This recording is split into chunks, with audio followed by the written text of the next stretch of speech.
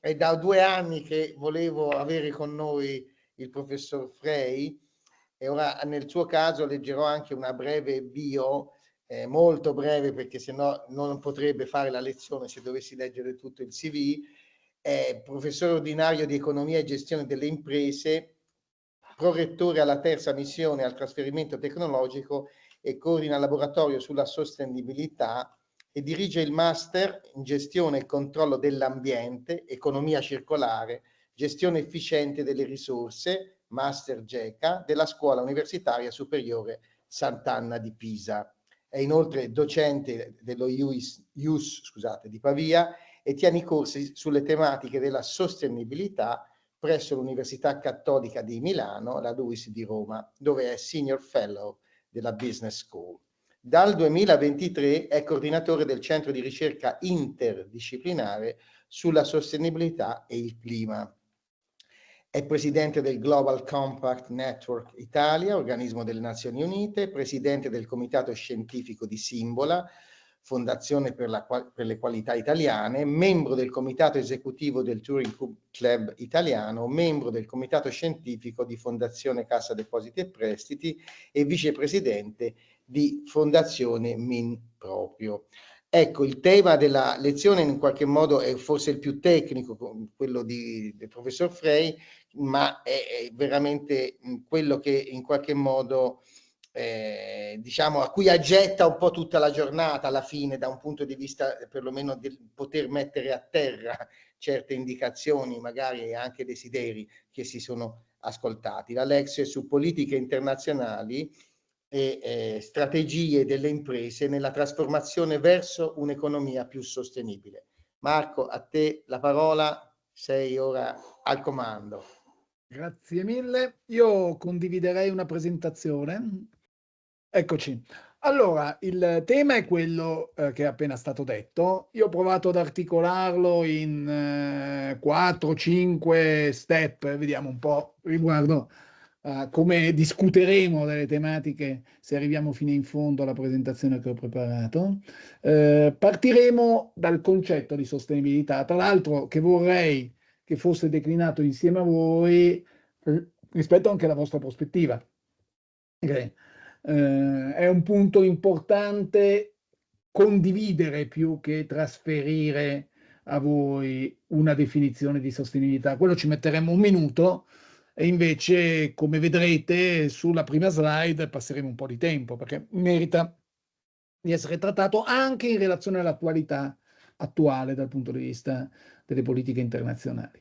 Una volta condivisa una definizione e compresa, diciamo così, la necessità a livello internazionale di trovare delle soluzioni a un contesto che attualmente è tutt'altro che sostenibile, faremo una rapida carrellata di quelle che sono state le risposte alla sfida della sostenibilità a livello di politiche internazionali fino ad oggi. Ovviamente è un tema completamente aperto e in particolare poi utilizzeremo la chiave di lettura delle transizioni, quindi potremo soffermarci in particolare soltanto su alcune, ma questo ci servirà anche per rileggere il tema del Green Deal, che come sapete è fortemente in discussione, non soltanto in Europa, dove il secondo mandato von der Leyen evidentemente si è posto un tema di rilettura critica delle scelte fatte negli ultimi 5 anni, ma abbiamo visto anche con le nuove elezioni americane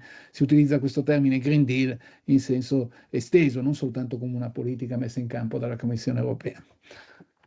Dobbiamo poi parlare di imprese, quindi entreremo nel merito del ruolo che le imprese hanno in questa sfida, come le istituzioni hanno chiesto alle imprese di essere protagoniste, come le imprese sono entrate in gioco anche attraverso iniziative, quindi parleremo anche del Global Compact che in Italia presiedo, per poi concludere, ma vediamo se quest'ultimo tema c'è spazio, relativamente a certe dinamiche nel mercato, nelle filiere a livello internazionale che possono essere rilette alla luce poi delle scelte strategiche che vengono fatte da istituzioni, da imprese, ma con il ruolo anche importante dei consumatori. Questo è un po' il percorso logico che volevo fare con voi. Ho visto che fate domande tendenzialmente alla fine della lecture, però non c'è nessun problema a ricevere anche richieste di chiarimento o commenti di qualunque natura, alcuni li solleciterò anche durante la mia presentazione. Magari chiedo ai colleghi di aiutarmi perché io davanti Sì, allo lo faccio schermo. io, Marco, lo Perfetto. faccio io, ora mi riconnetto anche con la telecamera. Sì, sì, Mo- senz'altro, tranquillo. Molto, molto bene, molto bene. Allora, partiamo da questa prima slide. Vi ho promesso, e non è una minaccia, che rimarremo su questa slide a lungo, nel senso che io potrei anche fare la mia lecture soltanto su una slide, però poi anche per utilità del materiale didattico da lasciare ce ne sono altre che seguiremo nel seguito di questa parte introduttiva. Allora, vedete, qui c'è una rappresentazione della sostenibilità come una sorta di architrave. Immaginate, non so, l'architrave di un teatro oppure un tavolino a tre gambe che si sostiene su tre colonne. Le tre colonne sono tre dimensioni, economica, sociale e ambientale, che adesso svilupperemo per comprendere come, se si parla di sostenibilità davvero, sia necessario avere questa prospettiva tridimensionale. Ma facciamo un passo indietro. Se io dovessi chiedere a voi che definizione di sostenibilità avete sentito nel tempo, qual è quella più nota, perché ce ne sono centinaia. Qualcuno avrebbe qualche indicazione da darmi? Beh, una gli è stata data proprio stamane. Ora Ok, vediamo se non vogliamo fare i professori qua, ma è stata una almeno. ok. Che, Vediamo. Però vorrei, no, vorrei che fossero, cioè se possono essere loro, perché vorrei fossero più protagonisti loro. certo. Da Enrico Letta? Per la verità, no, l'ha data il direttore, no, Enrico no, non Non è ha entrato nel merito. nel Ok, merito, no, della definizione. ok. Enrico, beh, fondamentalmente aveva a che fare con le generazioni Future. future, no? Sì, Quella era la sì. dimensione che veniva messa Esatto, in- che esatto, che è la definizione canonica, quella tra le più antiche, ma ancora la più utilizzata in assoluto, che risale a Gro Brundtland. È stato detto anche questo? no, no, il nome. Allora, Mhm, esatto, Gro Brundtland, che era stata, siamo negli anni Ottanta, primo ministro norvegese, venne mhm, chiamata dalle Nazioni Unite a presiedere un gruppo di lavoro. Gruppo di lavoro, commissione in realtà, sullo sviluppo sostenibile, che dopo alcuni anni di lavoro nell'87 produsse un documento, che poi è stato anche un volume, Our Common Future, il futuro di noi tutti, mhm. dove c'è proprio questa definizione che vi è stata riportata. La definizione dice più esplicitamente: lo sviluppo sostenibile è quello sviluppo che consente alle generazioni presenti di soddisfare i propri bisogni senza compromettere la possibilità che le future generazioni soddisfino i propri. Quindi in questo grafico, vedete, si tratta di passare da un'equità semplicemente infragenerazionale, non so, noi e il sud del mondo, però oggi, a un'equità intergenerazionale. Quindi, siccome il tema è il soddisfacimento dei bisogni, è ovvio che la prima domanda che bisogna porsi è: cosa serve per soddisfare i bisogni e quindi cosa si deve garantire alle future generazioni perché loro possano soddisfare i propri. Mhm, Questo chiama in causa, almeno in una prospettiva da economisti, il tema delle risorse. mhm. Cioè, quali risorse abbiamo noi oggi? Quali risorse servono, materiali e immateriali, attenzione, perché poi si fa gli economisti, ma anche non troppo, per soddisfare i bisogni e quindi, in ultima istanza, generare una buona qualità della vita, un benessere e quant'altro, perché sono diverse le componenti che caratterizzano la possibilità per un uomo di soddisfare i propri bisogni. E qui entrano in gioco le tre dimensioni. nel senso che noi abbiamo bisogno di natura economica, sono importanti ovviamente, non si può vivere allo stesso modo in Pakistan dove il reddito pro capite è di $6.000 all'anno medio e in Europa ci sono condizioni diverse di partenza. C'è una dimensione sociale con tantissime sfaccettature, poi cercheremo di cogliere almeno le principali, però è evidente, l'uomo è un animale sociale, la stessa costituzione della società è stato un modo per organizzare la vita comune per il soddisfacimento dei bisogni. E c'è una dimensione ambientale, perché è vero che l'uomo è una specie dominante, noi viviamo, qualcuno l'ha chiamato l'antropocene, però è anche vero che la natura che ci circonda è una macro condizione al nostro esistere e ovviamente all'esistere con una qualità adeguata della vita. E ce ne stiamo rendendo conto perché nel momento in cui si perde l'equilibrio della natura, le conseguenze sono immediate. Pensate soltanto ai fenomeni catastrofici che si sono verificati con una frequenza sempre maggiore e sempre più vicini a noi. L'esempio classico è l'Emilia-Romagna, ma c'è stata la Spagna poco prima, i Balcani, e poi si va negli Stati Uniti con gli incendi che hanno distrutto Los Angeles e quant'altro. Cioè, è difficile non avere a portata di mano tantissimi esempi del fatto che la natura ha un equilibrio diverso di quando magari solo 2 secoli fa noi non avevamo comportato una trasformazione legata allo sviluppo industriale così significativa. Allora, a questo punto il tema è, siccome la sostenibilità è l'architrave e abbiamo queste 3 colonne, proviamo a entrare un attimo nel merito di queste 3 colonne, utilizzando peraltro quei rettangolini gialli a sinistra, a sinistra crisi, a destra capitali, che inseriremo nel nostro ragionamento. Partiamo dalla dimensione economica.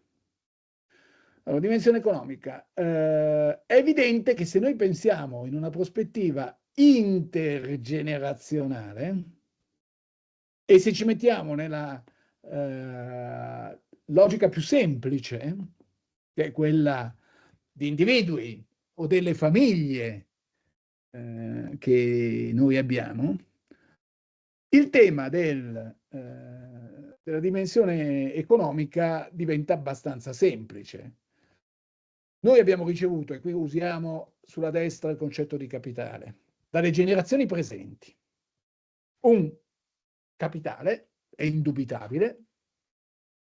Sappiamo che almeno per noi la generazione precedente, per chi è più giovane, 2 generazioni, sono quelle che hanno costruito, diciamo dal dopoguerra in poi, quello che è il benessere familiare o il capitale di famiglia, che spesso si traduce in qualche bene immobiliare e comunque ciò che nella maggior parte dei casi noi siamo chiamati a fare cosa nei confronti dei nostri figli? Almeno mantenerlo e se possibile trasmetterlo. Questa è la banalizzazione, se volete, del concetto di sostenibilità dal punto di vista economico. Ho delle risorse, peraltro ricevute dalle generazioni precedenti in misura consistente, e mi propongo di trasferirle alle generazioni future. Saliamo di livello, ovvero di attore. Prendiamo un'impresa. Allora, le imprese nel nostro paese, le imprese, adesso non so se siete in percentuale prevalente friulani, comunque... No, il master è su scala nazionale. Perfetto, comunque vale per tutto il territorio nazionale. Le imprese italiane sono prevalentemente imprese piccole e medie, spesso di origine familiare. Quindi uno potrebbe semplificare e dire, ma se l'impresa è un bene di famiglia, vale quello che ci siamo detti prima. Quindi cosa si propone di fare un imprenditore? Se possibile, di trasferire l'impresa ai propri figli, mantenendone il valore o accrescendolo, come in generale dalla parabola sui denari. No? In realtà il discorso, se parliamo invece di grandi aziende, potrebbe non essere tanto diverso. Magari qui si allarga lo spettro, entrano in gioco tanti portatori di interesse, non c'è più il tema del figli in sé. D'altra parte anche nelle piccole imprese ormai spesso capita che i figli non vogliano fare lo stesso mestiere del padre. E quindi a volte si dice, ahimè, alcuni gioielli del nostro paese sono stati venduti perché non c'era questa capacità di trasferimento da una generazione all'altra, non c'era l'intergenerazionalità. Però la sostanza è più o meno la stessa. Cioè, noi ci proponiamo, anche nel momento in cui dovessimo essere degli imprenditori, di trasferire alla nostra famiglia o al territorio in cui viviamo o alla società nel complesso qualcosa che è stato il frutto del nostro impegno, del nostro lavoro. Ci sono tutte le eccezioni del caso, evidentemente, soprattutto quando la prospettiva non è quella della sostenibilità, ma ci torniamo tra un secondo. Vedete che nella definizione che c'è su questa colonna c'è scritto crescita economica equilibrata e duratura. Quindi, nella dimensione economica della sostenibilità si può parlare di crescita, perché qualcuno ha proposto delle soluzioni un po' più drastiche. Non ci può essere crescita se si vuole essere sostenibili.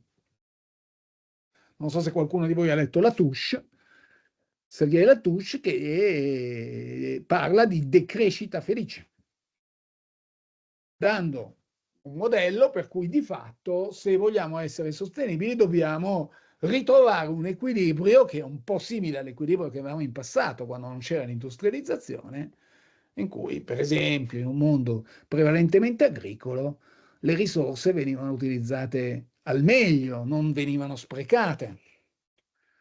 Quando si è innestato un certo meccanismo di crescita per la Touche, si è in qualche modo compromesso quell'equilibrio. Alcune considerazioni che fa sono condivisibili e ne recupereremo, è la conclusione del ragionamento che è non accettabile da tutti, o almeno dai più, perché noi siamo abituati a una prospettiva in cui crescere, poi ragioniamo di come crescere, è una condizione dello spirito capitalistico, è una condizione dell'impegno nel lavoro, è una condizione di tutto ciò che noi creiamo, no? Ci aspettiamo che abbia una sua crescita positiva, ovviamente, non negativa. E quindi quell'equilibrato è uno dei tanti aggettivi che noi potremmo associare. Perché usiamo il concetto di crescita equilibrata?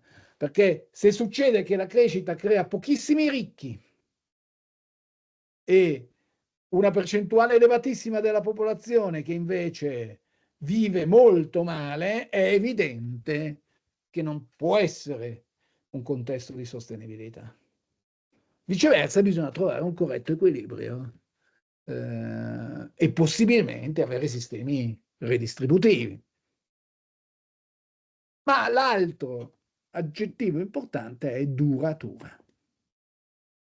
Perché? Prima concetto che vi voglio trasferire. Diffidate di chi si dice sostenibile e che non ha una prospettiva di lungo periodo. Perché vuol dire che sta, e durante, poi ne parleremo, il Green Deal, in tanti hanno cavalcato l'onda, sta cercando di sfruttare un trend in una logica che non è di costruzione di un diverso equilibrio, ma è il frutto, se volete, di quell'approccio, e prendiamo la parola gialla a sinistra, crisi, la vedete o è coperta dalle immagini? La vediamo bene la slide, crisi capitali, almeno Perfetto. le tre crisi. Perfetto. Nella crisi economica che noi abbiamo cominciato a vivere nel 2008 con la crisi subprime, no? Della finanza speculativa, della finanza di breve periodo, di fatto non ne siamo ancora completamente usciti, perlomeno in Europa.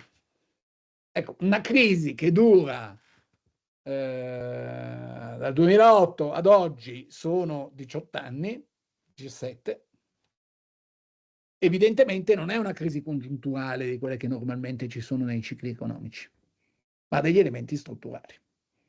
Questi elementi strutturali ci fanno capire che dobbiamo pensare a un diverso modello di sviluppo. Poi vogliamo chiamarlo sostenibile, vogliamo chiamarlo green, vogliamo chiamarlo Pippo, non importa. L'importante è essere consapevoli che quel modello di produzione e consumo che ha caratterizzato la produzione e i consumi di massa, di fatto, è entrato in crisi. Perché non ha tenuto conto di tutta una serie di conseguenze collegate a quel modello. Adesso non abbiamo il tempo di analizzare nel dettaglio, ma credo che questa sia una consapevolezza comune, soprattutto delle nuove generazioni e dell'Europa senz'altro. Bisogna trovare un diverso modello per una crescita. Che tipo di crescita? Tra un secondo riprendiamo questo ragionamento, ma volevo completare i livelli col terzo livello, perché oltre all'impresa c'è lo Stato o le istituzioni anche sovranazionali, ma rimaniamo a livello statale. Dal punto di vista strettamente economico, in un paese come l'Italia, lo Stato cosa trasferisce alle future generazioni? In quest'ottica di risorse che devono essere portate alle future generazioni.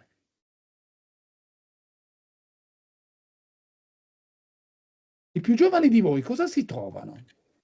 Una domanda. Chiunque può rispondere. Cos'è che lo Stato italiano sta trasferendo alle future generazioni? Siamo in un master scientifico, quindi c'è la massima libertà. Qui è quasi, non dico un esperimento perché è una lezione, però liberi, ecco, non abbiate timori. Forse sono un po' sarcastica, debito pubblico. Esattamente. Non poteva essere polemica, ecco. No, non è polemica. Non è polemica. È vero. No, vabbè. Magari c'è un modo, non so, meno sarcastico di dire. No, debiti, buffi, se vuol dirlo in modo sarcastico. Cioè, questo è quello che a causa di una gestione di diverse governi, quindi è distribuita la responsabilità nel tempo, però oggi noi abbiamo un problema enorme, che il debito pubblico, ma letto in chiave di sostenibilità, è esattamente ciò che non si dovrebbe fare.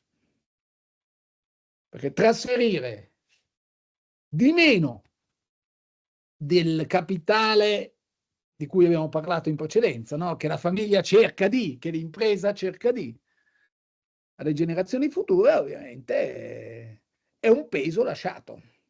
E persino il PNRR, siccome una componente molto rilevante dei finanziamenti ricevuti dalla Commissione europea è a credito, se non viene gestito bene, attenzione, sono capitali per investimenti con dei tassi assolutamente favorevoli, quindi se gli investimenti vengono fatti bene, allora ci sono le condizioni per una ripartenza economica e per ridurre successivamente il debito, altrimenti si accresce il debito. Detto ciò, l'ultimo passaggio logico che dobbiamo fare su questo primo PLR, su questa prima colonna, è il concetto di crescita. Noi abbiamo bisogno di fare riferimento non a un concetto di crescita quantitativa in sé, perché è ovvio che se no la Tuscia ha ragione, ma abbiamo bisogno di un concetto di crescita più qualitativa. ovvero magari anche pochi punti di PIL, ammesso che il PIL sia l'indicatore più adeguato del benessere economico. Lo sappiamo, c'è stato un ampissimo dibattito negli ultimi decenni al proposito. Ma dove ci sia una capacità effettiva di trasformazione, di cambiamento del modello. Allora, per farvelo capire, provo a farvi un esempio. Negli anni '80, quindi stiamo parlando di almeno una quarantina di anni fa, ci fu una crisi significativa in uno specifico settore dell'economia italiana, che poteva generare delle conseguenze disastrose dal punto di vista della competitività. Poi vedremo meglio come il concetto di competitività, ma già l'avrete sentito stamattina, sia assolutamente cruciale oggi nelle scelte di policy che devono essere fatte, anche con riferimento alla sostenibilità. Quella crisi, invece, come talvolta capita, generò negli anni successivi una reazione che ha fatto sì che quel settore, quel comparto, oggi stia molto meglio di 40 anni fa. E meglio dal punto di vista della crescita qualitativa. Perché? Perché si produce più o meno quantitativamente quello che si produceva allora, ma il valore, ovviamente tenuto conto del valore del denaro nel tempo, quindi deflazionato, è almeno 4 volte e mezzo. Quindi valore complessivo, valore medio del prodotto venduto in quel settore. Di che settore sto parlando?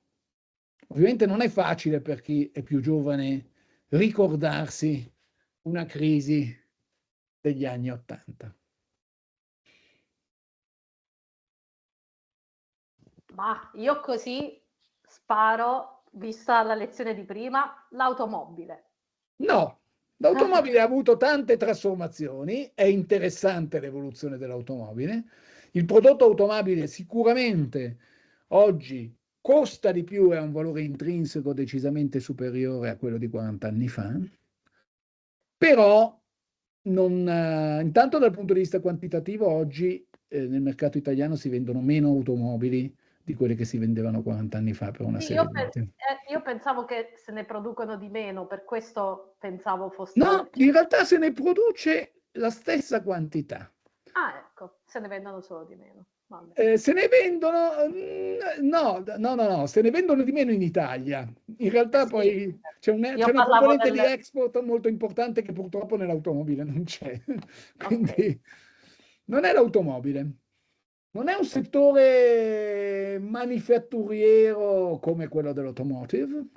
Dobbiamo andare nel settore agricolo, agroindustriale, diciamo, per questo prodotto. Crisi che negli anni '80 comportò anche la morte di alcune persone. Alcune persero la vista. Adesso a te è venuto in mente, eh? Ora Allora, lo so, ora lo so veramente. Però Francesco, eh sì, no, questo Francesco, ho capito ora. vediamo se qualcuno nei prossimi 5 secondi brucia Francesco, se no glielo facciamo dire a Andate lui. a Chernobyl, cose molto concrete. Forse il latte? Quasi. Quasi. Nel Il senso che il grano. latte con Chernobyl c'entrava, Sì, però purtroppo il latte oggi non vale 4 volte e mezzo il latte di allora. Il grano. No, neanche il grano, anche se la crisi ucraina ha fatto schizzare i prezzi del grano. Forse nel Friuli ci si può arrivare. Ecco, questi friulani se ci pensano... Sì, perché lì forse i friulani non hanno così tanto ridotto i consumi da questo punto di vista. Ora... Ah, l'alcol. No, Il vino. Vino, l'alcol. Il vino, il vino. Il vino. Allora, la crisi di questi Metanolo. esatto, la crisi del metanolo, questa forse, ripeto, non era facilissima da ricostruire, però Allora, vi racconto qualcosa al contorno per capire meglio. Tenete conto che in quegli anni la produzione enologica italiana era in particolare concentrata in alcune regioni dal punto di vista non tanto della produzione in senso stretto, ma dei marchi e delle zone che avevano un maggiore valore percepito nel mercato. Il sud Italia produceva vino, come si fa da 3000 anni, quindi non è che solo che tendenzialmente lo trasportava nel centro-nord Italia, ma anche all'estero, su autobotti, perché il vino veniva miscelato. Cioè il sole del sud, che portava ovviamente grado alcolico più significativo, andava a riempire il pallore dei vini, per esempio, del Reno, per ragioni abbastanza comprensibili. Forse c'era meno qualità, ma c'era questa componente. Qualcuno disse, ma già che facciamo la miscelazione, ma perché non la facciamo con qualche sostanza chimica? Visto che nel vino c'è qualcosa, sì, etanolo è un componente del vino. Abbiamo una sostanza chimica che sembra simile, metanolo, mettiamocela dentro. Disastro ovviamente. E è uno scandalo che poteva completamente distruggere la competitività della produzione enologica nazionale. Erano anche gli anni in cui emergevano alcuni paesi significativi, prima la California, ma poi il Cile, ovviamente la Spagna, rispetto al grande player della produzione di vino internazionale a cui noi eravamo distantissimi, che erano i francesi. Invece, ripeto, come talvolta capita, almeno secondo gli antichi, la parola crisi in realtà dentro proprio l'innesto del cambiamento, ci fu una reazione e negli anni successivi si è completamente trasformata la logica di produzione e valorizzazione del vino. Infatti, oggi, ma è così da almeno un decennio, se non di più, noi ci troviamo con avere una grande varietà, come accade in altri comparti del food, di prodotti italiani. Spesso vitigni autoctoni, con una produzione in tutte le regioni. Il sud ha conquistato spazi importanti, legati proprio alla qualità, crescita qualitativa. Contemporaneamente a una modifica molto significativa dal lato del mercato, perché ovviamente dobbiamo sempre parlare di produzione e consumo. Oggi non c'è più il fiasco sul tavolo a pranzo e a cena e quindi gli italiani consumano mediamente la metà della quantità di vino che veniva consumata 40 anni fa. Eppure questo non ha generato una crisi. Anzi, siamo usciti da una crisi. Perché? Perché quella bottiglia che magari non c'è a tavola tutti i giorni, ma c'è quando abbiamo degli ospiti o la prendiamo quando andiamo al ristorante, è una bottiglia dal valore intrinseco molto, molto maggiore. Intrinseco, poi anche il prezzo, evidentemente. Perché è di una diversa qualità.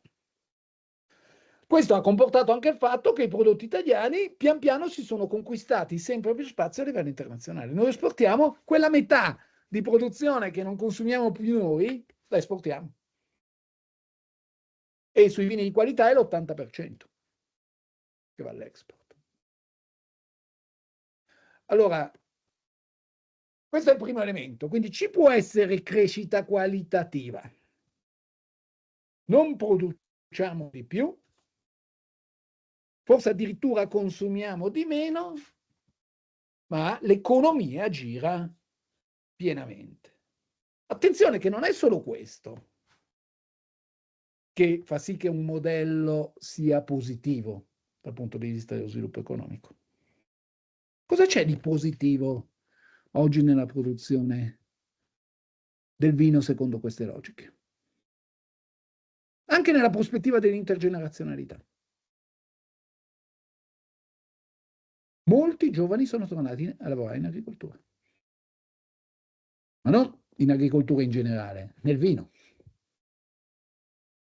perché l'internazionalizzazione diventa un elemento attraente, perché c'è innovazione, perché c'è un rapporto col territorio di tipo diverso. Attraverso il vino in realtà si promuove l'enogastronomia, persino la cultura del territorio, la fruibilità di determinati luoghi. Pensate cosa è successo nella zona cuore del Prosecco, quindi stiamo parlando di Valdobbiadene principalmente, se vogliamo, possiamo anche considerare il Consorzio Conegliano Valdobbiadene complessivamente intero. Era la zona più povera del nord, del nord-est in particolare, d'Italia, 40 anni fa. Oggi è una zona dove si vive molto bene, con tutte le manifestazioni esteriori che si possono percepire, ma soprattutto è diventato un luogo di attrazione turistica dopo aver avuto anche qualche anno fa il riconoscimento UNESCO. Si sta trasformando per far sì che le strutture ricettive siano all'altezza, la ristorazione sia all'altezza di questo elemento di attrazione in cui l'esperienza, e questo è un altro degli elementi, prima vi sentivo parlare della logica del prodotto come servizio o della servitizzazione, è un'altra componente di servizio a tutto tondo che gira attorno a un prodotto. Andate a fare un'esperienza, quindi passate alcuni giorni, questo ovviamente vale soprattutto per gli stranieri, che poi ovviamente scelgono quel vino e lo acquistano e continuano a acquistarlo online a distanza. Però quella bottiglia ha dentro un pezzo d'Italia. Ecco, questo può essere un modo per capire cosa può significare, dove si può cercare di andare in termini di crescita qualitativa, che peraltro spinge anche non solo la dimensione sociale di un nuovo valore dato a un lavoro, a un'attività economica, ma anche alla dimensione ambientale, perché oggi si fanno sempre più vini biologici e sono diventati anche buoni, perché un tempo non erano granché, certi vini biodinamici, tenendo conto anche poi dell'evoluzione dei bisogni dei consumatori. Come esercizio pensate se c'è qualcos'altro che conoscete che ha avuto questa evoluzione. Non è così facile, perché ci hanno provato con l'olio, ci hanno provato con altri, però in generale è una tentazione che tantissimi prodotti dell'agroalimentare, di questo ambito su cui effettivamente noi possiamo posizionarci bene a livello internazionale. Ma passiamo al secondo pillar, perché come vi ho promesso sarei rimasto un po' su questa slide e ne abbiamo soltanto fatto uno di tre. Secondo, dimensione sociale, che è ovviamente connessa. Allora, prima dicevamo, lo Stato, dal punto di vista economico, è in difficoltà. Lo Stato, d'altra parte, è l'entità che noi cittadini, da quando sono nate le società, soprattutto da quando si sono sviluppate le democrazie, svolge il ruolo di fornire determinati servizi sociali per il benessere dei cittadini. Quali sono i primi due servizi che noi riceviamo dallo Stato, ovviamente in cambio delle tasse che paghiamo, che sono particolarmente indispensabili? Altra domanda. Prego. RM. Salve, mi viene in mente sanità e trasporti. Benissimo, sanità la prendo, lascio un attimo da parte trasporti, che comunque... Istruzione. L'istruzione la mettiamo al secondo posto, sì. I trasporti potremmo metterli al terzo posto, perché effettivamente i trasporti collettivi forniti pubblicamente sono essenziali per consentire poi quella transizione verso una mobilità più sostenibile che riprenderemo successivamente. Però in linea di... Hanno anche risposto sicurezza, Marco. E sicurezza può essere anch'essa al terzo o quarto posto, assolutamente sì, perché in realtà dallo Stato ci attendiamo più servizi. Però indubitabilmente sanità ed educazione sono i primi due, anche perché sono servizi che in una società democratica dovrebbero essere universali. per tutti. Attenzione, nel mondo ci sono più paesi che non hanno un sistema sanitario universale o un'educazione universale. Se ci pensate, neanche gli Stati Uniti, malgrado gli sforzi recenti, hanno un sistema sanitario universale. Noi ce l'abbiamo. Fa qua un po' da tutte le parti, nel senso che negli ultimi anni ha perso efficacia, ha retto a fatica il periodo della pandemia, però oggi la coperta è corta, no? C'è stata una grande discussione sulle risorse che noi mettiamo a disposizione del sistema sanitario pubblico, che in effetti non sono tante, sono meno di quelle che gli Stati Uniti mettono a disposizione, paradossalmente. Gli Stati Uniti va intorno al 13,5% del PIL, noi siamo poco sopra il 7%. Ed è un dato che purtroppo nell'ultimo decennio non è migliorato, anzi. E cosa succede? Nel momento in cui non tutti i cittadini possono accedere in tempi ragionevoli, perché poi la questione delle liste d'attesa è un elemento chiave in quest'ottica, la componente privata, per chi può permettersela, diventa un sostituto dal punto di vista del servizio. Componente privata che può essere incorporata nel Servizio Sanitario Nazionale, che a quel punto ha l'out of pocket, vi fa pagare per qualcosa o coinvolge strutture private per fornire servizi dentro i sistemi convenzionati. Sull'educazione più o meno la stessa cosa, nel senso l'educazione fino almeno ai 16 anni, obbligatoria, dovrebbe essere garantita a tutti, poi si entra in un ambito in cui comunque esiste un corrispettivo per chi vuole continuare a studiare, ma è evidente che il prezzo di un'università pubblica, il costo di un'università pubblica è molto molto meno di quello di un'università privata. Però anche qua c'è una componente per cui una maggiore qualità del servizio porta le famiglie a investire spesso in educazione, addirittura educazione all'estero, che diventa molto costosa per i propri figli. Perché? Perché sono componenti essenziali, fanno parte di quell'investimento, tra l'altro, che dicevamo in precedenza. Trasferisco capitale anche facendo crescere le conoscenze e le competenze delle nuove generazioni. Ecco, questa è una componente importante su cui oggettivamente c'è una crisi. Ci troviamo di fronte a una situazione in cui il pubblico stenta sempre di più, anche per i motivi che abbiamo visto prima, a svolgere il suo ruolo. Però all'altra parte siamo in un paese che questa consapevolezza, necessità l'ha assolutamente presente, al punto tale che il nostro servizio sanitario offre servizi anche a chi non è strettamente cittadino italiano. Senza entrare nel merito dei migranti, ma pensate a quante persone anziane si trasferiscano in Italia per poter usufruire di un servizio sanitario che nei loro paesi non hanno. La Toscana è piena, ma di benestanti, inglesi, americani, tedeschi, che decidono di vivere lì per la qualità della vita in generale, ma anche questo motivo non è banale, soprattutto in una società che sta invecchiando progressivamente, e quell'invecchiamento, tra l'altro, è uno dei fattori di crisi del sistema sanitario stesso. E questa è una parte. Quindi cosa possiamo fare? Non è semplice, ovviamente, è una delle risposte poi che dovrebbero essere messe in campo. Ma cos'altro c'è nella dimensione sociale che ci porti magari a ragionare anche del capitale e non soltanto della crisi?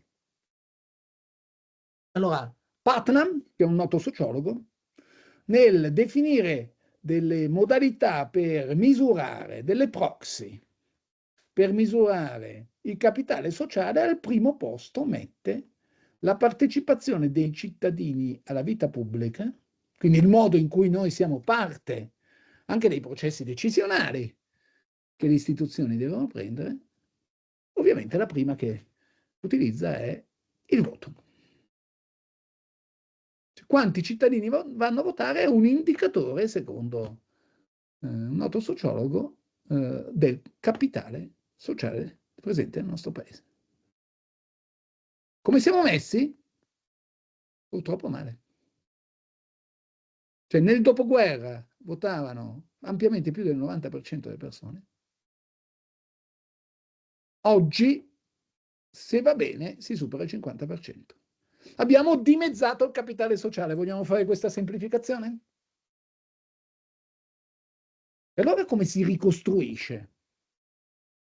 Ammesso che questa proxy sia valida, perché poi uno può dire, va bene, no, prendiamo gli indici di partecipazione alle attività di volontariato, che magari compensano, non ci riconosciamo più nelle istituzioni, in queste istituzioni, soprattutto in questi partiti, quindi non votiamo, ma siamo attivi, cittadini attivi in altro modo. Bene, usiamo anche tutti e due gli indicatori. Probabilmente questa è una delle strade con cui ricostruire coesione sociale. Il problema vero è che questo è un tema, è una sfida importante. Per tanti motivi. Ed è una sfida presente nei paesi occidentali. Ho un collega che è appena tornato dalla California, a proposito di California che brucia, è riuscito a partire un giorno prima che ci fosse l'incendio. Periodicamente ci va, anch'io ci sono andato, io questa percezione l'avevo già avuto 2 anni fa. È impressionante vedere la quantità di homeless e quindi il disagio sociale che c'è in città anche apparentemente ricchissime. San Francisco. E questo in parte lo si vede anche nelle grandi città europee. Cioè, quella divide, quella distanza tra chi sta meglio e chi sta peggio, che si vede se si guarda la coda alle mense della Caritas, è veramente impressionante ed è un sintomo forte, anche questo se volete, del disagio sociale in cui il mondo, anche il mondo avanzato, oggi si trova. Ecco, questa seconda componente quindi è un altro elemento critico, ma passiamo alla terza, se no ci soffermiamo troppo.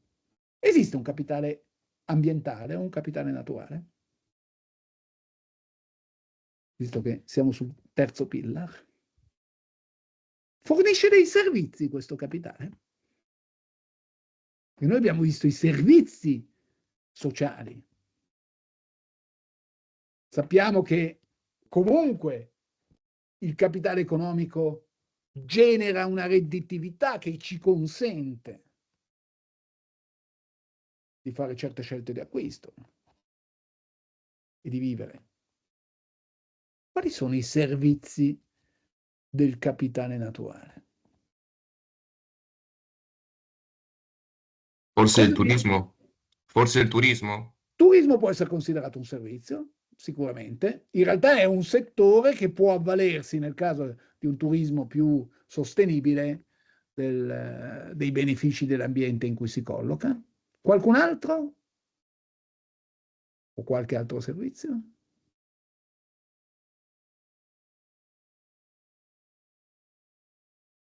Vengono chiamati servizi ecosistemici. Quindi nascono dall'ecosistema complessivamente inteso, quindi il turismo se ne può avvalere, però il turismo è un'attività che potrebbe anche essere non così correlata alla natura. Lo è se l'operatore turistico ha fatto certe scelte o se il cliente ha fatto certe scelte. Prego. Dottor Moretti? Sì, non so se posso essere corretto, mi vengono in mente eventualmente le materie prime, piuttosto che, adesso estremizzando, ma comunque è sicuramente un servizio indispensabile, anche lo stesso ossigeno che noi utilizziamo costantemente, ecco, senza il quale, senza i grandi polmoni ambientali, non potremo essere qui sulla Terra. Ecco. Certo, certo. Allora, assolutamente le materie prime lo sono. Diciamo che ci sono certe materie prime, pensiamo al legno, che viene dalle foreste, in cui è più immediato il collegamento col capitale naturale. Quindi a questo punto la foresta è una manifestazione del capitale naturale. Tutte le volte che noi usiamo un albero per produrre un mobile o per produrre carta, cosa dovremmo fare per mantenere il capitale naturale per le future generazioni?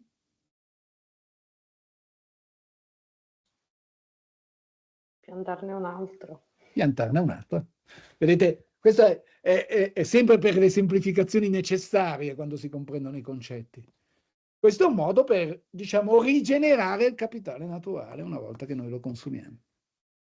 La stessa cosa la dovremmo fare per le fonti di energia, anche quelle, se volete, sono sulla Terra, quindi sono parte del nostro capitale naturale. Il problema è che quelle fossili ci mettono milioni di anni a rigenerarsi. Questa è una delle ragioni principali per cui si dice attenzione, usiamole ma non le stiamo conservando per le future generazioni. Mentre se usiamo le rinnovabili, vengono dal sole, perché anche il vento viene dal sole, e a quel punto non ci poniamo il problema troppo.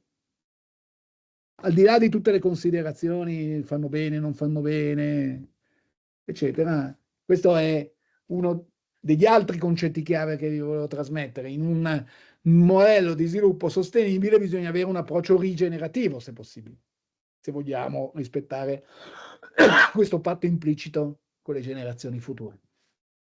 L'ossigeno, senz'altro. Non avete citato quello che probabilmente è il servizio ecosistemico più essenziale, l'acqua, che nasce dal ciclo dell'acqua, che studiamo fin dalle elementari, no? Come funziona? Solo se il sistema è in equilibrio, si ha l'acqua nella quantità e nella qualità giusta al momento giusto. Quando si creano condizioni di disequilibrio, ci sono le bombe d'acqua, ci sono le esondazioni, c'è la siccità, il terreno diventa poco capace di assorbirlo, con tutte le conseguenze che conosciamo. Quindi il concetto di equilibrio lo vediamo molto bene in questa prospettiva. Ma rimanendo sull'acqua e volendo concludere il cerchio del ragionamento, lo potremmo fare anche sull'energia o su qualunque, anche sul legno. Qual è una delle considerazioni che noi possiamo fare nel momento in cui vogliamo ricucire le tre dimensioni sotto il cappello della sostenibilità? Pensate all'acqua. Allora, dell'acqua noi abbiamo tante necessità, ci sono molteplici usi. L'acqua serve per uso civile, per bere, per lavarsi. Serve per uso industriale. Le imprese industriali nella prima rivoluzione industriale e anche nella seconda sono nate lungo i corsi d'acqua, per ragioni evidenti. L'acqua serve per i processi produttivi, serviva per l'energia prodotta. All'inizio l'energia era solo prodotta dall'acqua, energia idroelettrica. Terzo, sì, c'erano anche i mulini a vento, quindi diciamo in maniera strutturata. Terzo, serve per l'agricoltura, che è il principale utilizzatore nel mondo. Il 70% delle risorse idriche sono assorbite dall'agricoltura. Serve per l'energia idroelettrica pulita, la prima delle rinnovabili nel nostro paese. Serve per la natura, perché se noi l'acqua la teniamo in un bacino idrico in quota e non la facciamo arrivare a valle, la vita a valle, vita animale, vita vegetale, va in difficoltà, si va sotto quello che si chiama deflusso minimo vitale.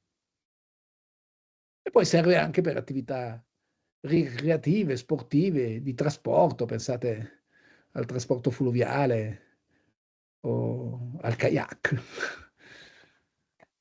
6 usi, dove con 8 miliardi di persone sul pianeta l'acqua che abbiamo a disposizione non basta. È una risorsa scarsa. Allora qui possiamo recuperare il concetto di scarsità delle risorse, che tra l'altro è la base della scienza economica, che si occupa di studiare queste cose.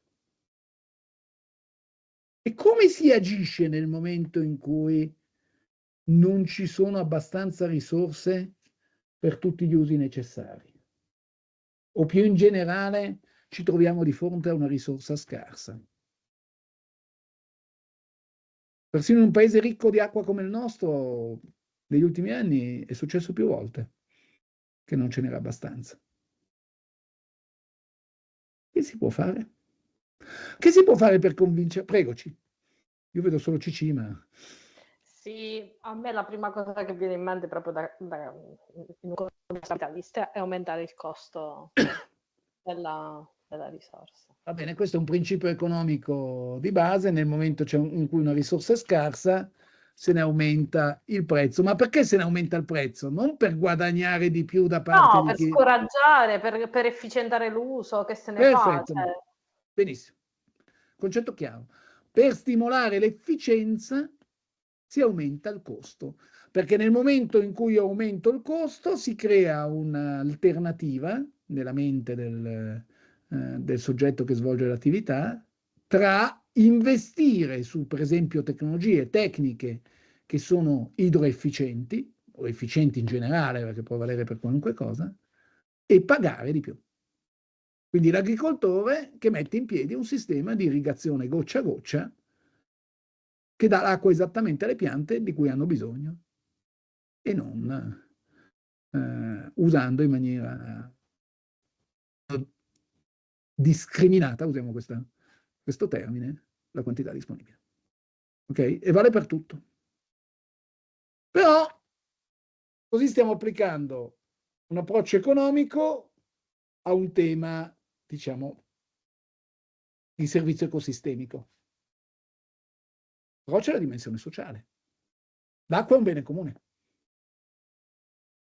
E quindi chi non può permettersi di pagarla? Pensiamo agli usi civici. Cosa dobbiamo fare?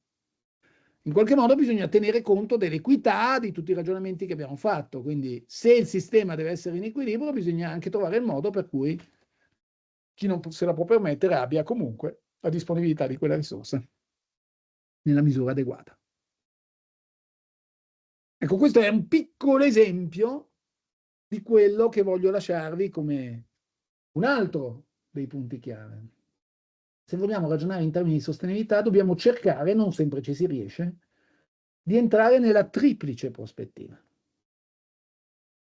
Quindi la prospettiva economica è importante e vedremo dopo che oggi è più importante di ieri. La prospettiva sociale, perché è indispensabile mantenere una coesione sociale, altrimenti succedono quelle cose che un anno e mezzo fa sono successe in Francia con Parigi che bruciava ogni domenica, o quello che stiamo vedendo in tutto il mondo e che ha strettamente a che fare anche con i contenuti del vostro percorso. E terzo, è emersa più recentemente l'importanza della dimensione ambientale, perché in questo equilibrio complessivo è indispensabile guardare, anche qui in una prospettiva di lungo periodo, all'ambiente e alla sua e alla nostra capacità di farlo rimanere perlomeno in equilibrio. Equilibrio trasformativo, evidentemente, perché l'uomo trasforma il contesto in cui vive. Però in cui è necessario trovare un equilibrio che consenta a 8, probabilmente diventeranno fino a 10 miliardi di abitanti di vivere sul pianeta. Anche se probabilmente Musk ci porterà su un altro pianeta al più presto e quindi lì forse chissà quante risorse potremmo trovare. Ma...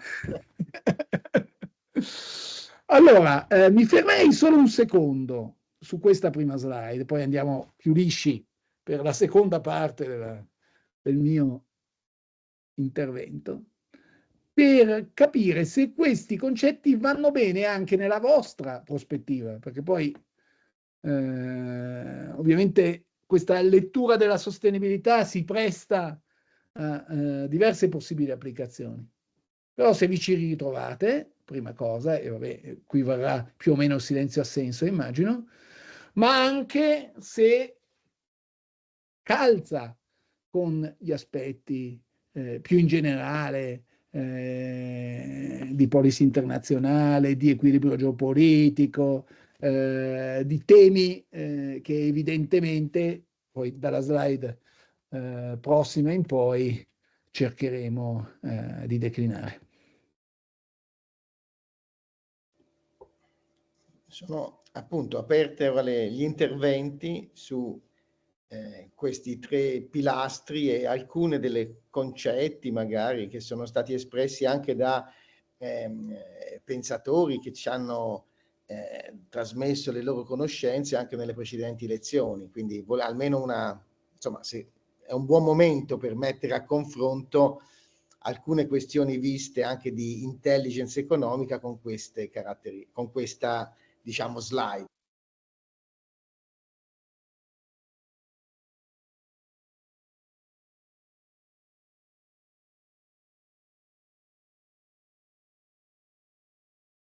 Se non rispondono vale solo silenzio-assenso. Quindi non c'è nessuno, l'unica cosa che posso ricavare, se non fate commenti, diciamo, di collegamento su cui eravate stati sollecitati dal professor Zucconi, è che non c'è nessuno che si trova poco rispetto a questa rappresentazione. È così? La prendo come elemento? Ok.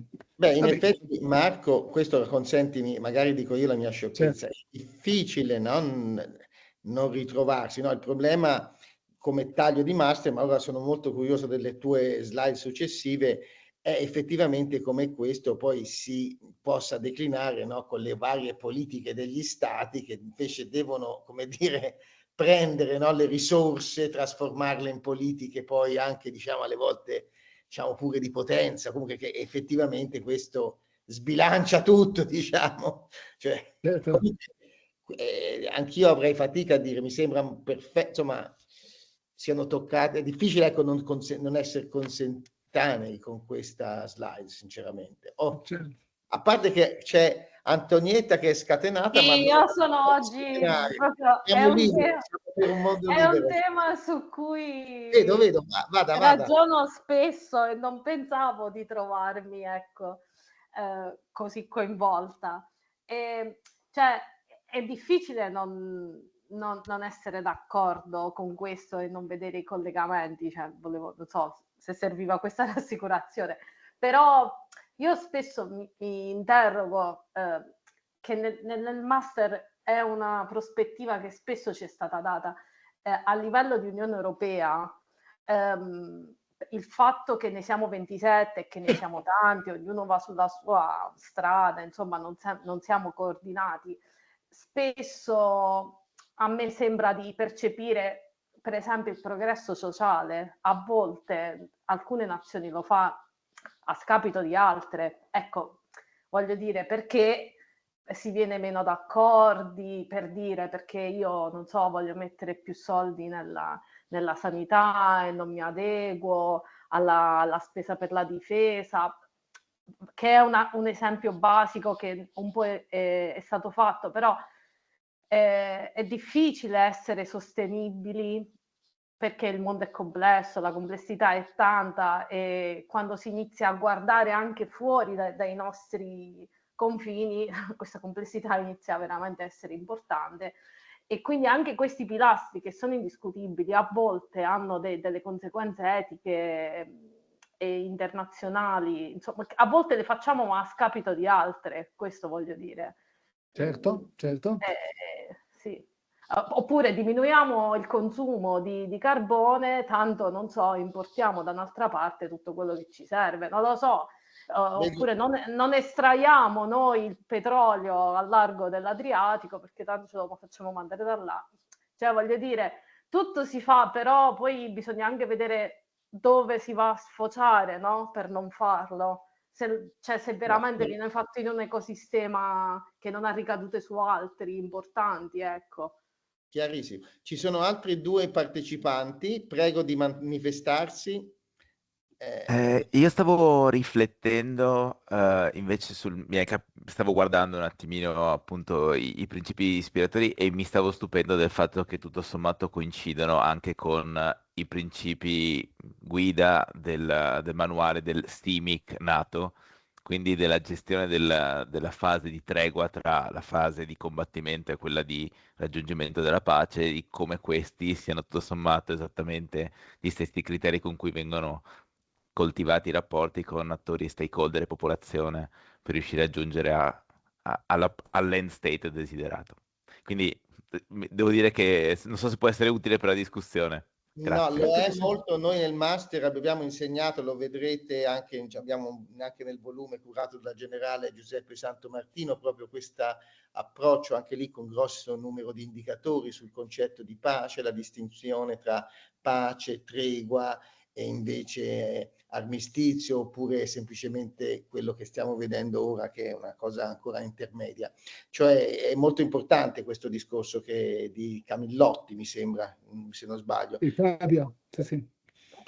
Confermo, molto centrato, bravo. Questo veramente anche rassicuro anche Marco che appunto ci stiamo lavorando magari da prospettive non sempre, insomma, non da economisti, ma comunque.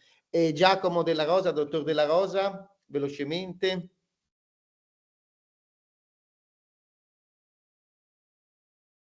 Non lo sentiamo, no? Il microfono era aperto, adesso è chiuso.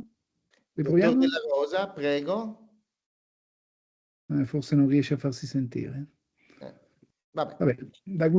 Se magari scrive il suo commento, poi lo recuperiamo nella chat. Dopo. Allora, io intanto vado avanti, però il doppio stimolo mi serve, nel senso che mi serve sia la questione del certo, ma se questo può essere un quadro, d'altra parte siamo partiti da un concetto di sostenibilità, abbiamo detto che è un concetto che ha più di 40 anni di storia e che è un macro obiettivo che ci si può porre.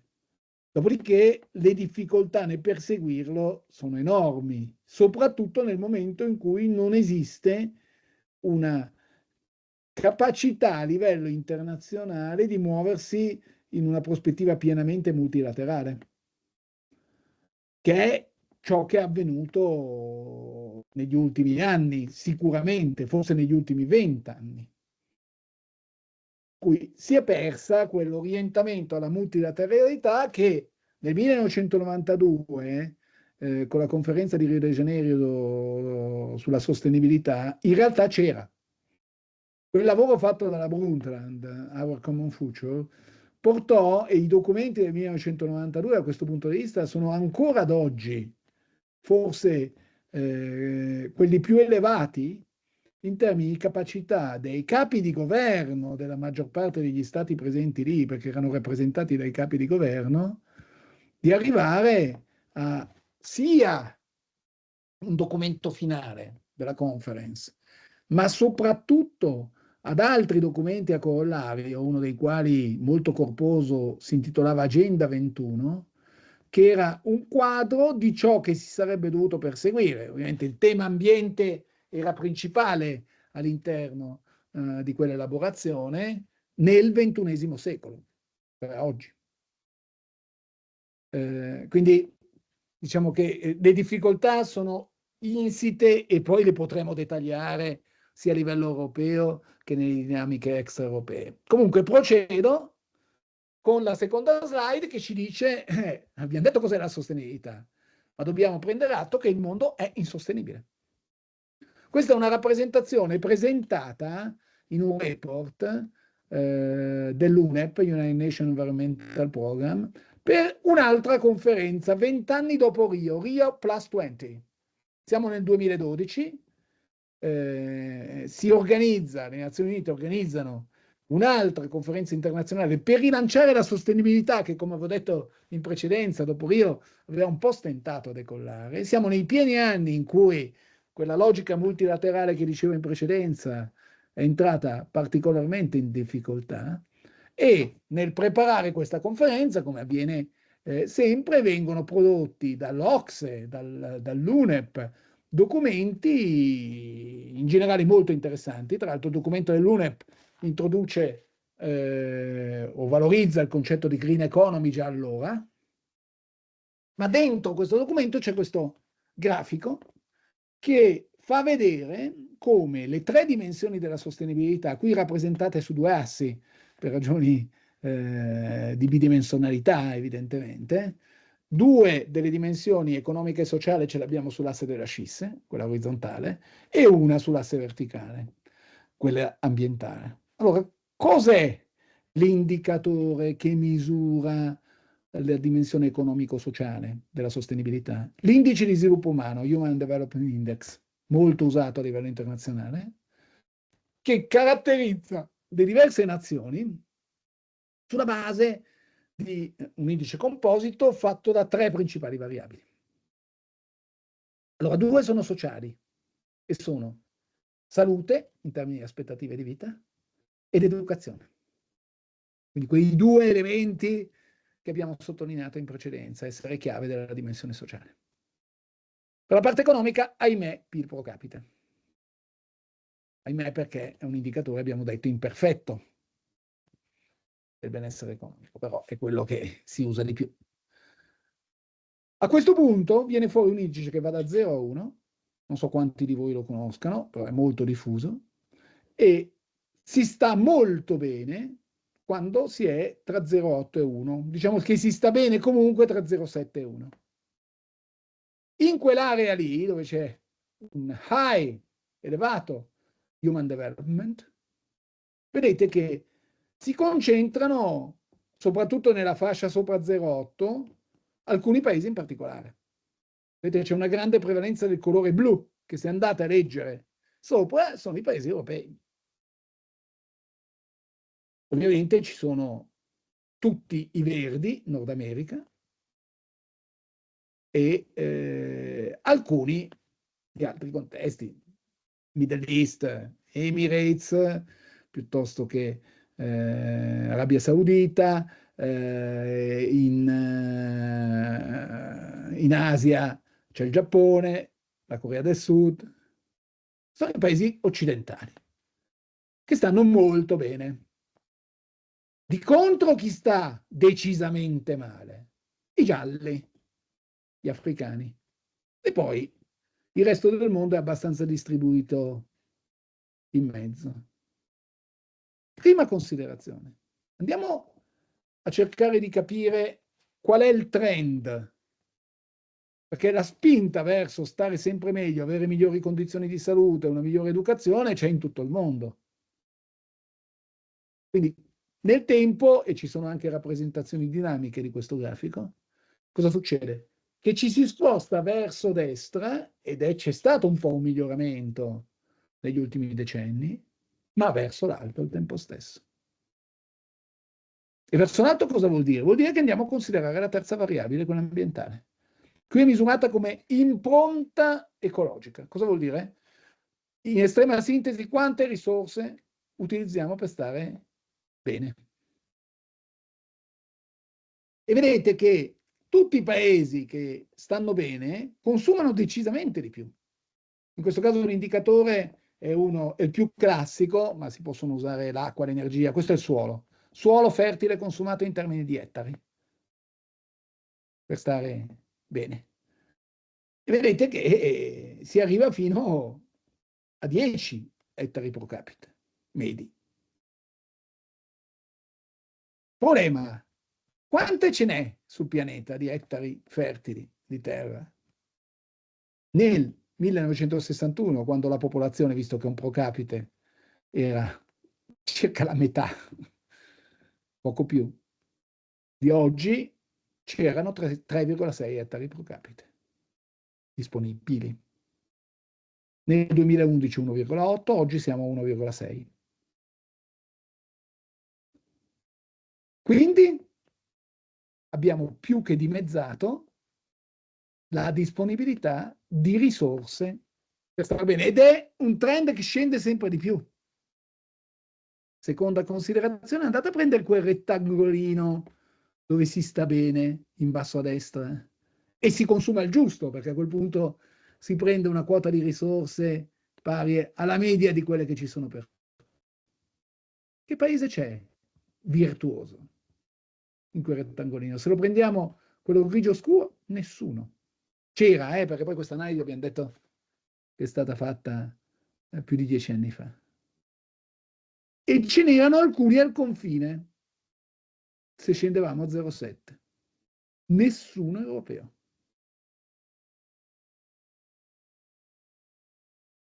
Quindi tenete conto che se aggiorniamo quel grafico la situazione peggiora, non migliora. di poco, ci si sposta un po' più verso destra, si va un po' più verso l'alto, scende un pochino. Poco, negli ultimi anni, per fortuna, la situazione non è peggiorata allo stesso ritmo di quanto stava accadendo in precedenza. Ma ragioniamo da europei, pallini blu. Cosa dobbiamo fare per essere credibili nel momento in cui ci poniamo in qualunque prospettiva negoziale con l'altra parte del mondo? Nel caso dell'ambiente, quando andiamo alle COP sul clima. Ci vado tutti gli anni, quindi ho il polso della situazione. Cosa dovremmo fare noi per poterci sedere al tavolo con gli altri senza ricevere quelle che Totò in modo un po' colorito avrebbe espresso con un rumore piuttosto che con una parola?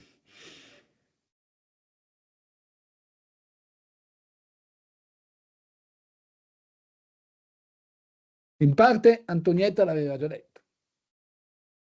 Io infatti non vi volevo ripetere, però secondo me la risposta è cioè, essere più sostenibili, ma nel senso non a spese degli altri.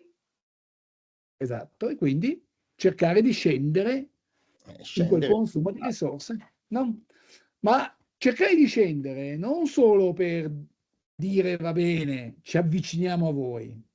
Voi vi avvicinate a noi spostandovi verso destra e noi ci avviciniamo a voi scendendo verso il basso, no? Cerchiamo di concentrarci su un'area un pochino più ristretta. Ma questo è fondamentale per un secondo motivo. Perché si può dimostrare che esiste un modello di sviluppo alternativo. Lo si può dimostrare a 250 milioni di cinesi che vogliono consumare come noi e spiegargli che si può consumare meglio. Ovviamente questo ha tutta una serie di implicazioni. Bisogna porsi in quella prospettiva rigenerativa che dicevamo prima nell'uso delle risorse. E non da seconda metà del secolo scorso, in cui la logica era consumiamo di più perché questo fa girare l'economia. Ok? Quindi questa è la macro grande sfida. Qualche numero, qui vedete la situazione andando a misurare, prendiamo i paesi occidentali, visto che ci siamo concentrati su questi, la capacità di crescere, quindi PIL, rispetto all'uso delle risorse. Vedete, c'è il periodo prima della crisi del 2008, in cui la curva verde è quella che mette insieme GDP, quindi PIL, nella versione inglese, e Domestic Material Consumption, quindi il consumo di materia. Vedete che il verde, in realtà l'indice 100, resta abbastanza stabile per i paesi europei fino alla crisi. Con la crisi migliora. Migliora perché si consuma meno materia, no? Il PIL cresce di poco. Ha una flessione e continua a crescere fino a sostanzialmente fermarsi con la pandemia. Siamo andati a 135 circa.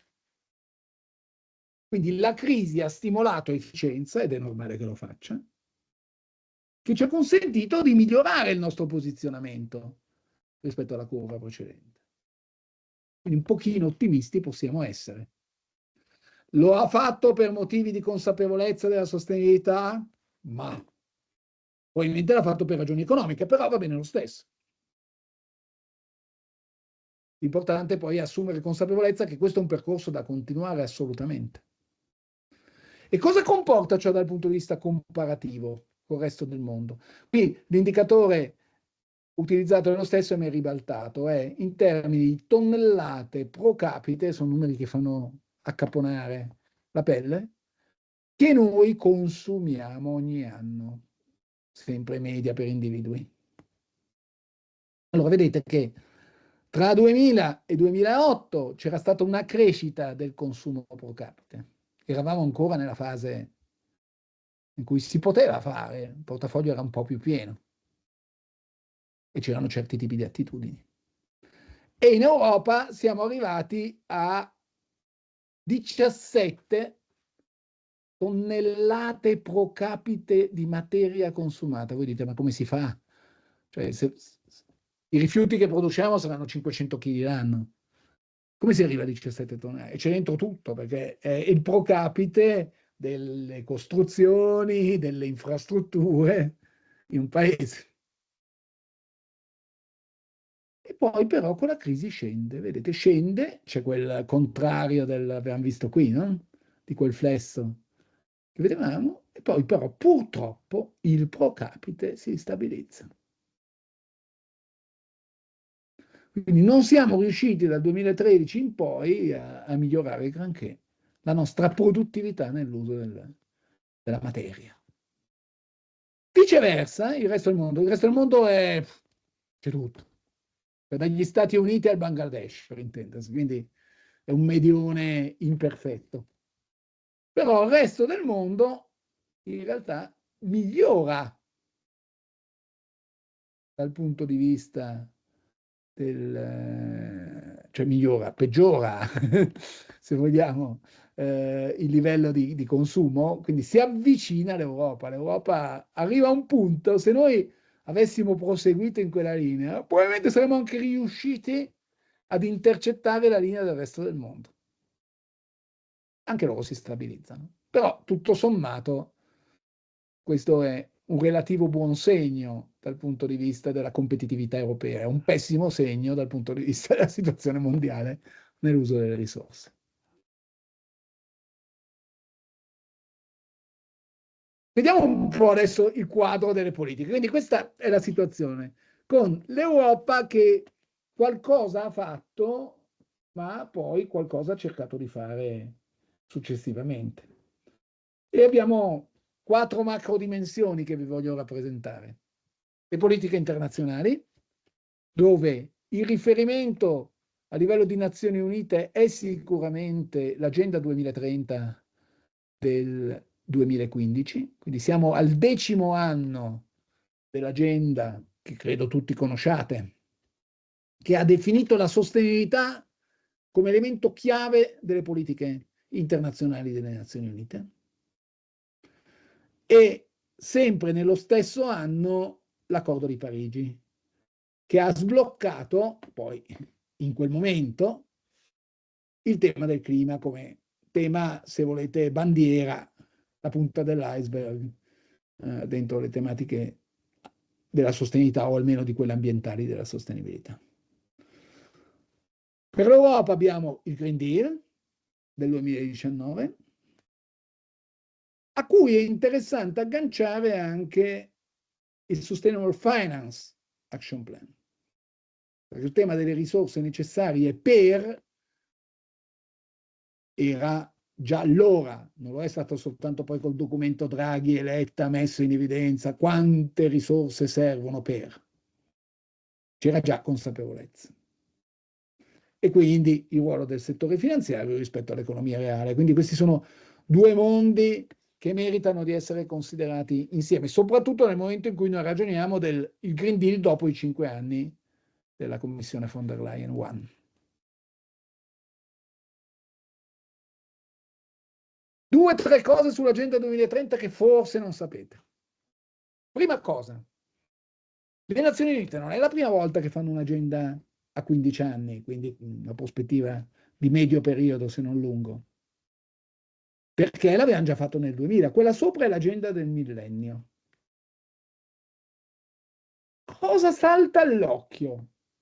Usando la categoria logica della nostra prima slide. La nostra prima slide ha detto ci sono 3 dimensioni. Nell'agenda 2030 le 3 dimensioni si vedono bene.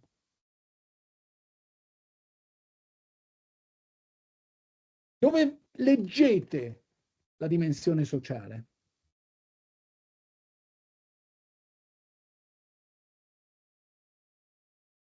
Sulla prima riga, no?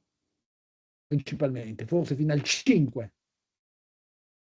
Dove leggete la dimensione ambientale? Tendenzialmente nella terza. anche se c'è qualcos'altro che potrebbe essere inserita lì. E la seconda cos'è? È prevalentemente dimensione economica, che nell'agenda precedente non c'era per nulla.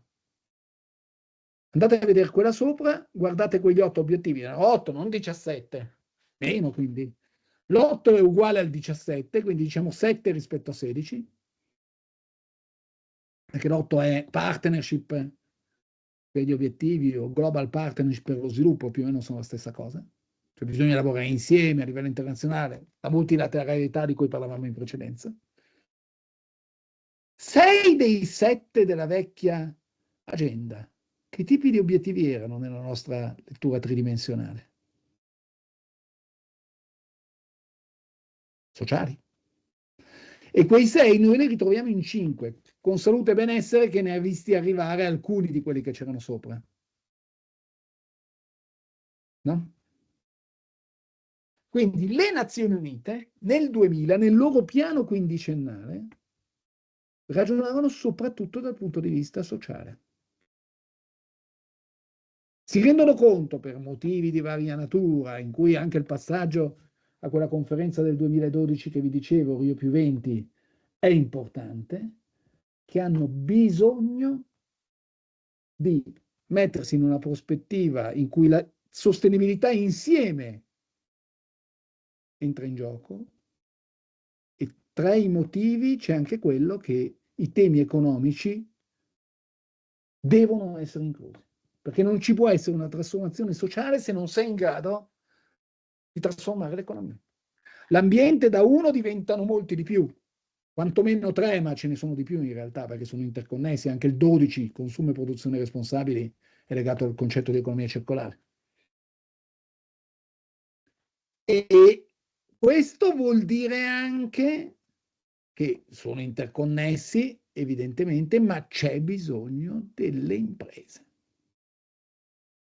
Gli attori economici non vuol dire soltanto la politica economico-industriale degli stati, ma diventa fondamentale coinvolgere le imprese, alcune delle quali hanno una capacità di spesa e di intervento superiore a molti stati nel mondo.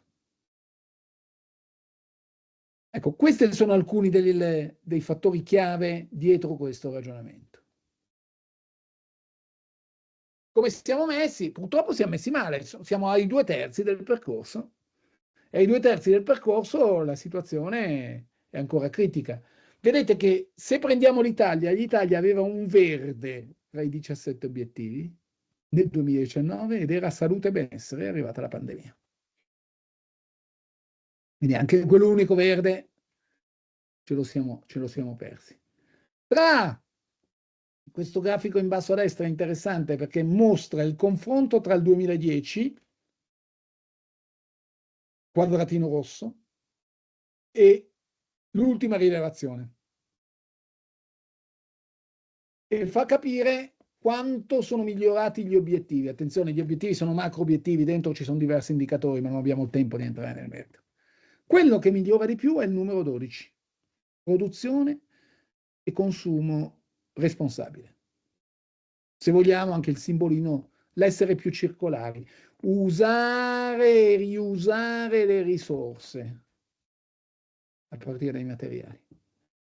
E in effetti su questo ci sono state politiche europee, ma ci sono stati anche risultati di miglioramento, non come dovrebbe essere. E anche sul clima, vedete, sempre considerando l'Italia, la prestazione è migliorativa. Ce ne sono altri, attenzione, in cui non è assolutamente migliorativa rispetto al 2010. Vedete per esempio il 10, le diseguaglianze, l'11, la sostenibilità nelle città, il 14, il mare, il 15, la vita sulla terra, il 16, che dal vostro punto di vista, pace, giustizia e istituzioni forti, è un tema importantissimo. Altri fattori abilitanti, se volete, di questa sfida. Vado avanti perché il tempo intanto sta scorrendo. Aziende, cominciamo a vedere. Le aziende si impegnano per l'agenda 2030? Sì. Queste sono quelle che aderiscono al Global Compact, stiamo parlando di non tantissime, 25 1.000 imprese nel mondo circa oggi, più di 600 in Italia. E vedete che questa è la rappresentazione di qualche anno fa, in cui il principale obiettivo per le imprese era quello più naturale: sviluppo economico sostenibile e lavori dignitosi. Però vedete già come alcuni obiettivi sociali, il 3, il 4 e il 5, fossero al secondo posto insieme. Quindi le imprese che si impegnano non si impegnano soltanto per gli obiettivi economici, ma anche per gli obiettivi sociali. Perché? Perché la salute e il benessere dei propri dipendenti, ma a volte anche dei propri clienti, dei territori in cui operano, per chi è più avanzato, diventa un elemento interessante. Gender equality. Le politiche di genere sono un modo per essere più efficaci e efficienti per le imprese più lungimiranti. La qualità dell'educazione, che non è solo formazione interna, ma è contribuire anche al sistema educativo. Perché l'impresa diventa coattore rispetto a questi processi di trasformazione. E vedete anche responsible consumption and production. Negli ultimi anni è cresciuto molto la rilevanza del clima come tema. Guardate, questa l'abbiamo fatta nel 2024, questa è un'indagine tra l'altro comparativa delle aziende aderenti al Global Compact, perché ci sono tutte le reti europee, per vedere l'importanza dei diversi obiettivi, e troviamo l'SDG 8 è ancora al primo posto, ma è stato raggiunto dal 5, che è il genere, la parità di genere. E al terzo posto troviamo il clima, al quarto l'educazione, al quinto SDG 12, produzione e consumo responsabili. Molto vicini. Bisogna sempre fare il ragionamento anche al contrario. Quali sono quelli in cui si impegnano di meno le imprese? Torniamo qua, erano i più piccolini, no? L'acqua, il mare, quindi dal punto di vista proprio della vita, e quindi sostenibilità ambientale, il 15, sempre sostenibilità ambientale, e poi vedete il 2, zero hunger, fame zero. Quali sono qui? Sempre 14, mare, migliorato un po' l'SDG 15, troviamo al 13 la fame sempre, fame, alimentazione, e poi c'è l'acqua, 16, insieme all'SDG 1. L'SDG 1, ve lo ricordo, è no poverty. Uno dice, ma cosa può fare un'impresa per no poverty? Beh, forse non è il suo obiettivo principale, si comprende, però alcune cose possono essere fatte comunque. E arriviamo al cuore. Qui poi io mi fermerei lasciando un po' di tempo per la discussione, se chiudiamo alle 18, se no vado avanti ancora un attimo, dimmi tu. Marco, hai anche, siccome ti abbiamo preso 10 minuti, vista l'ampiezza, dopo il Green Deal, se vuoi, cioè, se la vuoi descrivere bene, sì. Io sono disposto ad aprire, perché dopo abbiamo meno, non è una lezione intera, capito? Come di 2 ore dopo. Ok, allora io intanto vado con questa slide, che a sua volta può essere una slide su cui stiamo tantissimo. Allora, la slide, il cuore della slide è quella che è stata allegata alla presentazione nel dicembre 2019 del Green Deal da parte della von der Leyen, quindi è notissima anche questa, no? E ve la richiamo, ma chi di voi ha seguito questo tema ovviamente la dovrebbe conoscere abbastanza bene. L'obiettivo del Green Deal era trasformare l'economia dell'Europa per un futuro sostenibile, quindi perfettamente in linea con tutto ciò che abbiamo visto. Per farlo e per far diventare l'Europa come leader mondiale, quindi scelta competitiva all'epoca, leadership mondiale. Servivano forti stimoli alla ricerca e sviluppo, finanziare la transizione o le transizioni, come vedremo, e al tempo stesso però questo è green, ma il riferimento alla dimensione sociale era non lasciare indietro nessuno, quindi just transition. Per intendersi, non possiamo spingere soltanto sulle rinnovabili, perché se l'industria del carbone crea disoccupazione, oppure non possiamo fare certe scelte nell'automobilistico se questo poi crea una serie di tensioni complessive. Quindi la transizione deve essere giusta, esisteva nel quadro logico del Green Deal. Patto europeo per il clima come punto di partenza. Dopodiché il cuore del ragionamento, così come era presentato, era di identificare 8 obiettivi che vi presenterei come transizioni. Il concetto di transizione credo che sia chiaro a tutti. Noi siamo in una certa situazione, dobbiamo andare in un'altra, più sostenibile. Il problema è come ci si arriva, con che velocità ci si muove, con che costi e conseguenze ci si muove. Però la linea è chiara, è come dire, difficile contestare il concetto di sostenibilità così come l'abbiamo visto, però poi il problema è nell'attuazione cosa succede. E cosa succede anche nelle dinamiche internazionali. Allora, prima transizione, decarbonizzazione. Nel 2019 ciò che ci si poneva a livello europeo era dobbiamo rendere più ambiziosi gli obiettivi dell'Unione Europea, è stato fatto. Nel senso che questi obiettivi al 2030 sono rappresentati ad oggi dal cosiddetto Fit for 55, quindi documento del luglio 2021, in cui ci si pone l'obiettivo di ridurre le emissioni del 55% rispetto al 1990. E quel documento declina in tutti i settori cosa vuol dire nel traffico aereo, cosa vuol dire nel traffico via nave, cosa vuol dire nella mobilità stradale, nell'automotive, eccetera, eccetera, negli edifici. Poi uno può dire riduco gli obiettivi nel settore automobilistico, però se voglio arrivare al 55% devo aumentarli da qualche altra parte. Quindi un'articolazione di politiche abbastanza dettagliata, in quanto dettagliato abbastanza discutibile nelle sue diverse forme, soprattutto da chi guarda a una dimensione. Però il problema è l'insieme, evidentemente. Questo è in linea con gli obiettivi di Parigi e in linea con gli obiettivi internazionali sul cambiamento climatico. Al 2050 che cosa si vuole arrivare? Net zero. Quindi con compensazione e quant'altro a non emettere più se non ciò che poi può essere riassorbito e quindi azzerare quella che è stata la conseguenza sul cambiamento climatico che si è generata dall'era industriale.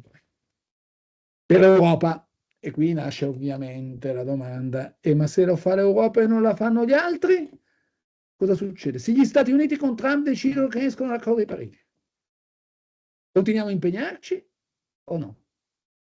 E qui il tema è da sempre quello, cioè se l'Europa vuole essere esempio, vuole essere leader mondiale in questa partita, continua ad andare avanti, anche se sa benissimo che da sola non ce la può fare. Ma per andare avanti cosa deve succedere? E qui evidentemente entriamo nel merito della prima dei trade-off. Privilegiamo il clima e l'ambiente o la competitività e l'economia? Ed è una domanda difficile. È un trade-off o un paradosso? In letteratura di management noi usiamo c'è questo nuovo approccio che è la paradox theory, in cui bisogna cercare di trovare una soluzione che sia una conciliazione del trade-off. Si può essere più competitivi e al tempo stesso perseguire obiettivi di riduzione delle emissioni, di miglioramento del clima e dell'ambiente? E questo ovviamente non è che lo possiamo esaurire adesso, però è un modo per affrontare la complessità in modo dialettico. Seconda transizione, garantire l'approvvigionamento di energia pulita, economica e sicura. Allora, dal punto di vista geopolitico capite perfettamente cosa vuol dire, qui dietro c'è la guerra russo-ucraina che ha generato, dopo il 2019, attenzione, l'obiettivo c'era già. Se l'Europa fosse stata capace di costruire un sistema più economico, sicuro e anche pulito di approvvigionamento dell'energia, probabilmente avremmo subito meno quell'effetto che è stato un effetto in un arco di tempo circoscritto fortissimo. Poi si è aggiustata nel tempo quella crisi. Però abbiamo dipendenze energetiche oggi che sono, dal punto di vista della sicurezza, meno affidabili probabilmente di quella che era la Russia pre-Ucraina. Perché la Russia per 20 anni è stato lo Stato che ha contribuito a tenere il prezzo del gas totalmente piatto, al contrario dell'OPEC sul petrolio. Terzo, quindi questo è giusto, sacrosanto, dovevamo farlo prima e dobbiamo continuare a farlo. E queste tre cose stanno insieme. Perché stanno insieme? Allora, abbiamo già visto che le energie pulite consentono alle generazioni future di avere lo stock di risorse, il capitale a disposizione, che quindi dobbiamo usare con parsimonia, non è che non dobbiamo usarle, e soprattutto in una visione di lungo periodo riducendone l'utilizzo delle fonti fossili. Diventano economiche? Lo sono diventate nell'arco di 15 anni, dopo un po' di investimenti. Oggi, in un paese del sud del Mediterraneo, produrre energia da fotovoltaico è economicamente competitivo con le fonti fossili. Sono sicure? Sì, perché le produciamo noi. E quindi, casomai c'è il tema, ma quanta ne possiamo produrre? In quante ore, come possiamo garantire l'approvvigionamento in modo stabile? Come possiamo, per esempio, a livello di sistema europeo, creare uno scambio tra energia da fonte eolica, che è più tipica del nord, e energia da fonte solare, che è più tipica dei paesi del sud, con reti molto più sofisticate. Cioè, c'è un problema infrastrutturale e di investimenti pubblici nuovo rispetto al passato, quando il sistema energetico era accentrato. Qui diventa un sistema distribuito. Però, terza trasformazione, quella verso l'economia circolare. Quindi, che è la declinazione della stessa cosa. Cioè, noi abbiamo poca energia da fonte fossile generata nel nostro paese, e l'Europa in generale ha questa carenza, si importano il greggio, il gas dal resto del mondo prevalentemente, ma abbiamo anche poche materie prime. Pensate a tutto ciò che serve per le batterie dell'auto, per esempio. E quindi la forza dell'Europa, che l'ha scelto strategicamente, è quello di riuscire a riciclare il più possibile. Oggi, nel mondo delle materie prime, fatto 100 le materie prime, soltanto il 7,2% viene da materia prima seconda, quindi da riciclo nel mondo. L'Europa è al 13,5%, quindi quasi il doppio. L'Italia è al 19%. Quindi noi siamo più circolari. Ma perché siamo più circolari? Perché di materie prime ne avevamo anche meno degli altri. E quindi su alcune materie il nostro sistema di riciclo si è attrezzato in misura più significativa. Questa è una sfida per l'Europa simile a quella dell'energia. Se lo fai diventi più autosufficiente, con implicazioni geopolitiche che possiamo capire. Costruire e ristrutturare in modo efficiente sotto il profilo energetico delle risorse, è anche questa una transizione che riguarda l'edilizia in particolare. Un paese come l'Italia, che ha tanti edifici di vecchia costituzione, è una sfida importante. Sappiamo, abbiamo vissuto tutta la dinamica del 110%, che poteva essere un modo straordinario, forse eccessivo, per incentivare la trasformazione in coerenza ma come al solito poi all'italiana ha preso delle vie non desiderabili. Poi inquinamento zero. Preservare e ripristinare gli ecosistemi e la biodiversità, c'è anche questo. La transizione nell'agricoltura, from farm to fork, dal produttore al consumatore, e poi accelerare la transizione verso una mobilità sostenibile intelligente con tutto ciò che conosciamo, anche qui. Tanti trade-off, perché se andiamo a riprendere la logica dei trade-off, quando andiamo sull'economia circolare, Dobbiamo produrre e consumare di più o meno? E qui ve l'accenno già, la possibile soluzione è consumare meglio. Ed è chiaro che produzione e consumo, quindi l'SDG 12 precedente, quindi i consumatori sono attori essenziali in quest'ottica. Non abbiamo il tempo di entrare nel merito dell'evoluzione delle logiche di consumo, però conta, customer is the king, quindi se si muove anche il consumatore, come è successo in alcune specifiche politiche, ve la cito, anche se non possiamo entrare nel merito, le etichette energetiche sugli elettrodomestici hanno funzionato benissimo. Etichetta chiara, beneficio economico nel portafoglio dei consumatori, consumi di energia, paghi meno la bolletta. I produttori che hanno capito che in quelle classi, anche se avevano tempo per scalare le classi, valeva la pena di posizionarsi in quelle alte perché c'era già un po' di movimento sul lato del consumatore. E quindi in poco tempo tutti si sono messi in classe A, A+, A++.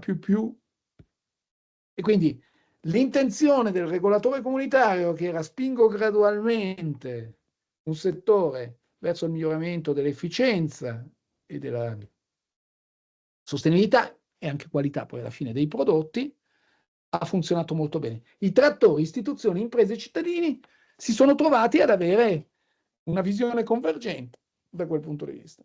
Tant'è che oggi le etichette presenti sul mercato sono state riposizionate completamente. Oggi non c'è più, oggi la classe C è la migliore, perché la classe C di oggi è la più di 2 anni fa. Altro trade-off: conservare o utilizzare le risorse naturali? Anche qui vi ho anticipato la risposta. La possibile soluzione è rigenerarle. Non una logica meramente conservativa, perché ci servono, prendiamole pure, ma dobbiamo essere capaci di rigenerarle. E poi il domandone, su cui a questo punto, se siete d'accordo, mi fermerei con voi per gli ultimi 10 minuti abbondanti. Quanto e come accelerare le transizioni? Se le transizioni sono, diciamo, necessarie, perché vogliamo arrivare là. Quindi vorremmo arrivare alla sostenibilità. Però quanto possiamo spingere?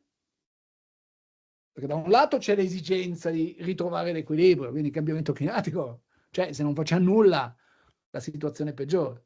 Però non possiamo neanche dire che in Europa possiamo fare tutto noi.